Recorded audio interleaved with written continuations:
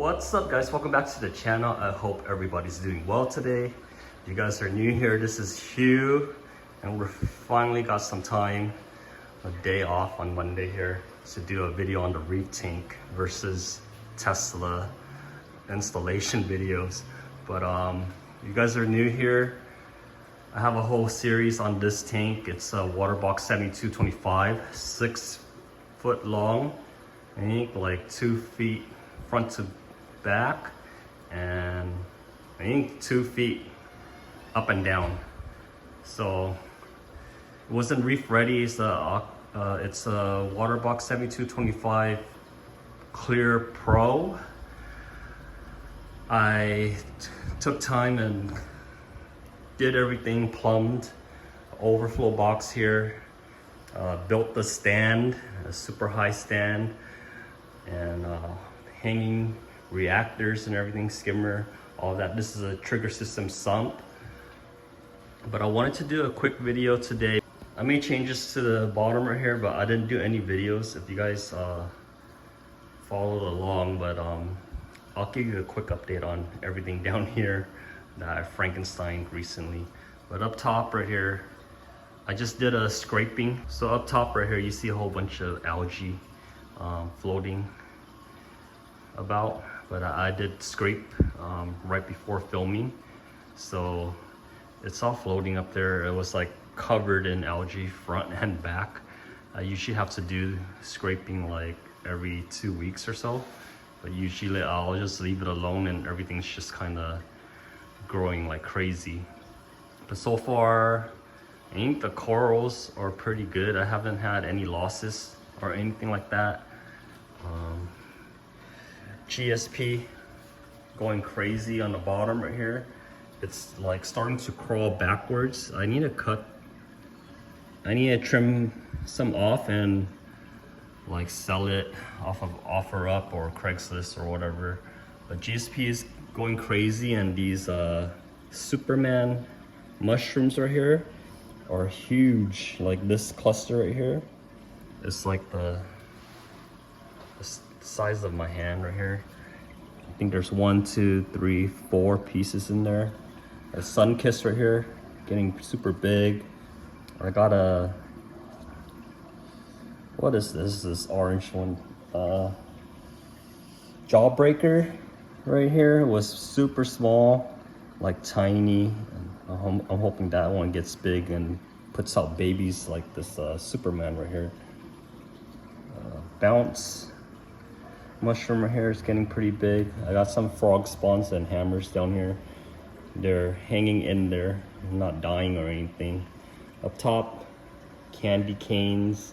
The others in back, more octo spawn or frog spawns right here. More candy canes, hammer, mushroom.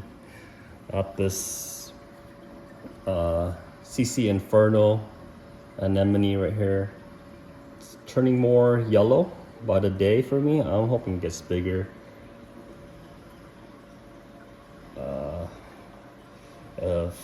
Digitata stick. It survived. This one died a while back, but you could see right there, right on the corner, it's still trying to hang in there, so I'm hoping it will come back, so time will tell.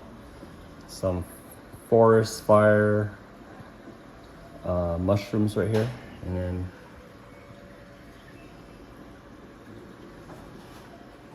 then all of the fish and stuff, they're all still here. They're all still here and doing well. So let's get to the sump area. So I had a trigger system sump. It's kind of messy right here because I moved all of my my pond matrix that was in back of the skimmer right here to this section. And if you guys remember, this section was just like a little refugium. I had like a pom-pom macroalgae in here and corals, and it was all lit up with a little pixie light. And all of the coral in there, they were growing pretty well, so I thought about moving it out of this area and like Frankensteining my sump area. to have a little frag tank. And if you guys follow along with my channel for about the beginning of time, like 4 or 5 years ago, my mother-in-law gave me like some cash, and for my birthday or Chinese New Year, something like that. And I went out to CK Tropical out in West Covina, and I bought this shallow tank right here. This is a UNS 60U or something like that.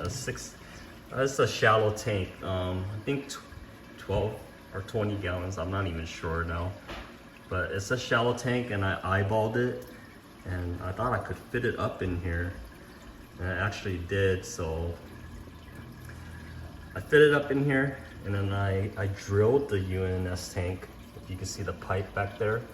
So water's like overflowing slowly into this tank right here. So originally when I built everything, this was the auto top off water. So it's drawing water out of here to refill it as my tank is evaporating water to keep the salinity within range, right? And these two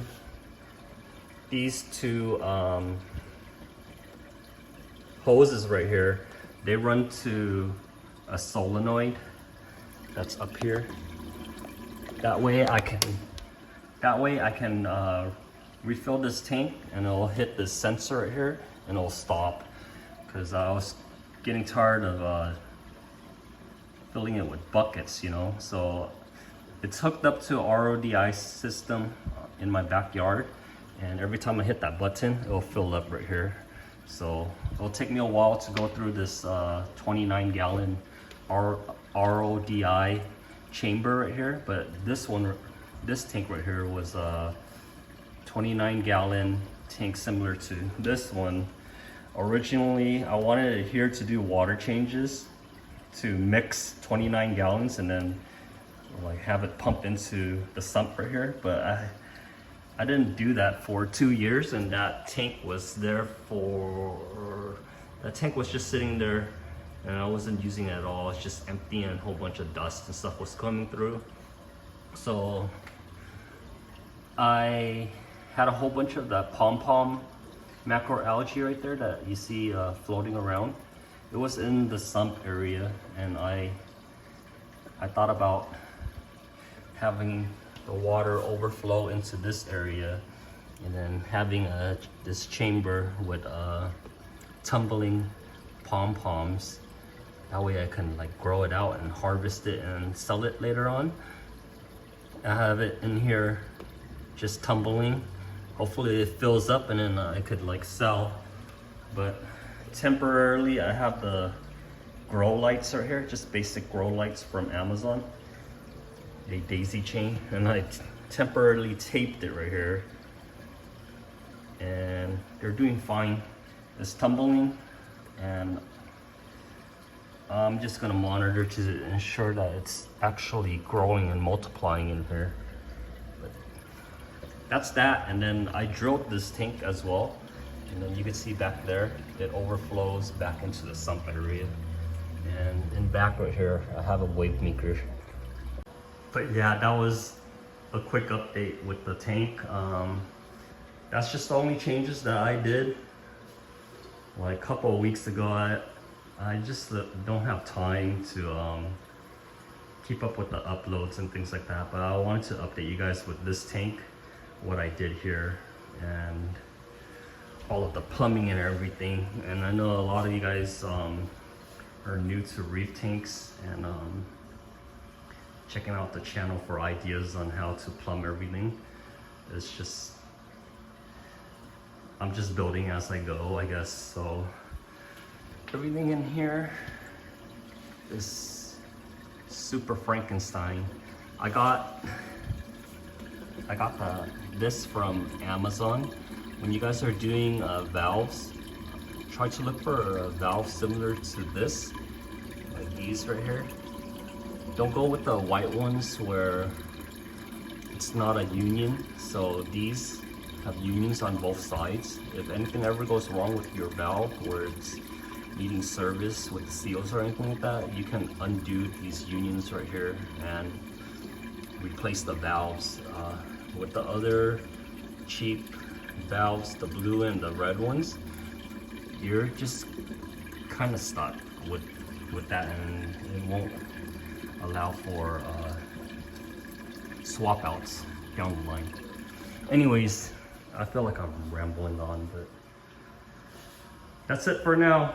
Let me know if you guys have any questions or anything like that, but I hope you guys have a great day, and then I'll catch you guys on the next one. Bye.